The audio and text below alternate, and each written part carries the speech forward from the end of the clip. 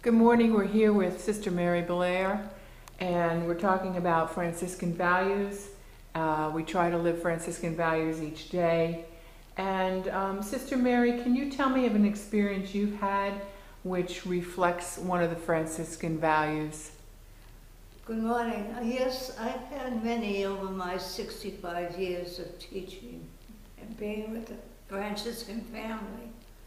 One in particular I came to light this morning was when I was with my students in one of the missions, and it was at Christmas time, and I was trying to have the value of poverty, not having things your way all the time, but things of giving, sharing.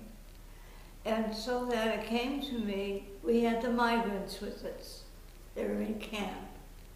And they were the little ones I wanted to reach. So I asked my juniors and seniors if they would go with me and get things ready, toys, food, candy, whatever. The Franciscan value of sharing and being with each other. So I got in touch with the teacher that we were coming, and she said the trailers are parked out in the field where the children are. So that I said, fine. So I had 5 mothers to drive cars and myself, and we went to the camp. If you want to see poverty, to have these children in these trailers all day long, not a chair, not anything for them. And it was rusted out. Really, you want to cry.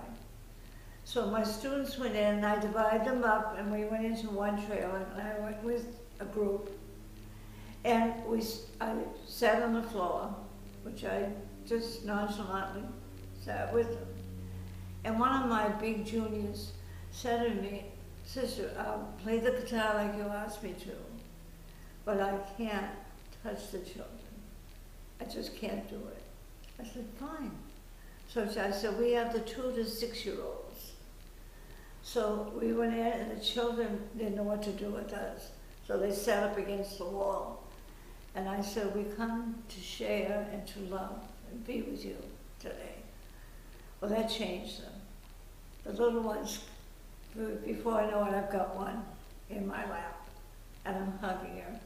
And she's very comfortable where she is, a little one. Very dirty, very unkempt. And I just would love to, wash her and feed her or whatever.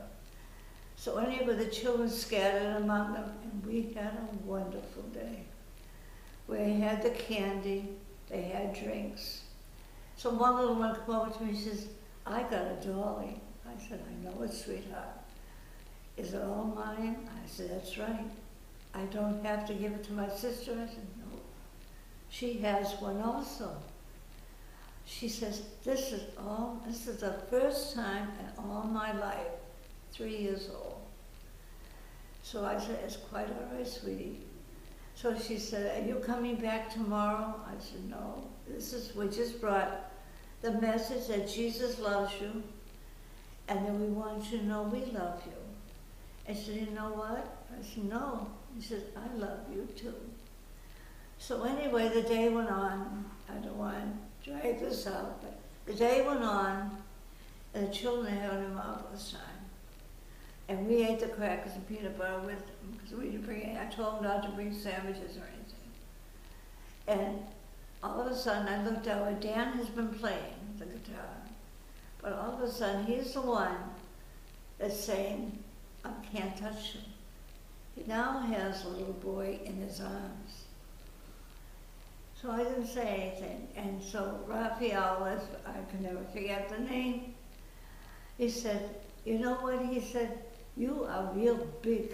He says, yes, I know it. He says, do you love me? He says, yes, I love you.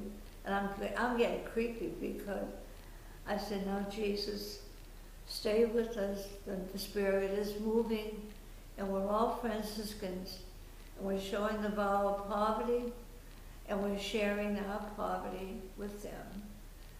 And so that I said to Dan, did you enjoy any day? He said, Sister, I never had such a day in my life. He says, I love them. And he said, did you see Raphael? I said, yes. He says, I didn't want him to come near me, but he climbed all over me. And I had no choice. I couldn't push him away. And I told him about the guitar, and he even showed him how to plunk it, as he said, plunk it. And he said, I promise to come back to see him, and I will. I'll come back to see them. So we said, this is what I've been wanting to instill in each one of you, is this love of Franciscanism, where we are all one with Christ, and that we love everyone in a special way.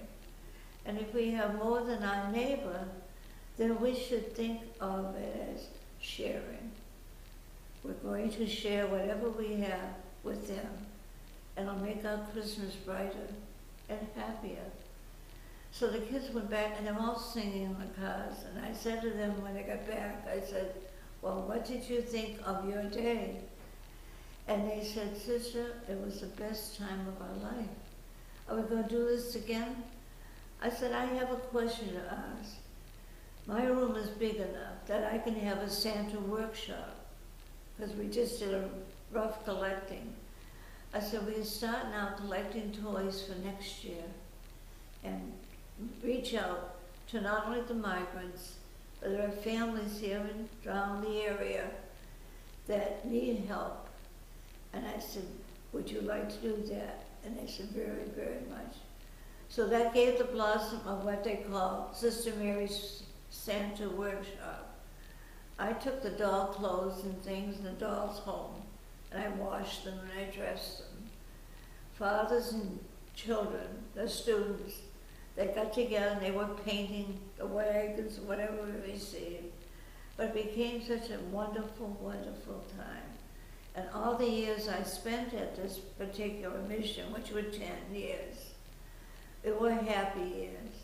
But then the time came for me to move on. And the sad part was it also died with the workshop. And I felt sad about that, because someone else besides myself could have picked it up and gone on, but they didn't choose to do so. But for God and for St. Francis and all the spirit that was felt during this time, I said, I thank you. I feel like I've had the best Christmas gifts. And that's what I would like to share with you this morning, is my Franciscan gift to the children of the world. Thank you, Sister Mary. You're welcome. This is a wonderful story, and it shows the attributes of a minority being alongside of love, fraternity. So we appreciate it. It's a wonderful story that shows these just immeasurably important Franciscan values. Thank you. So,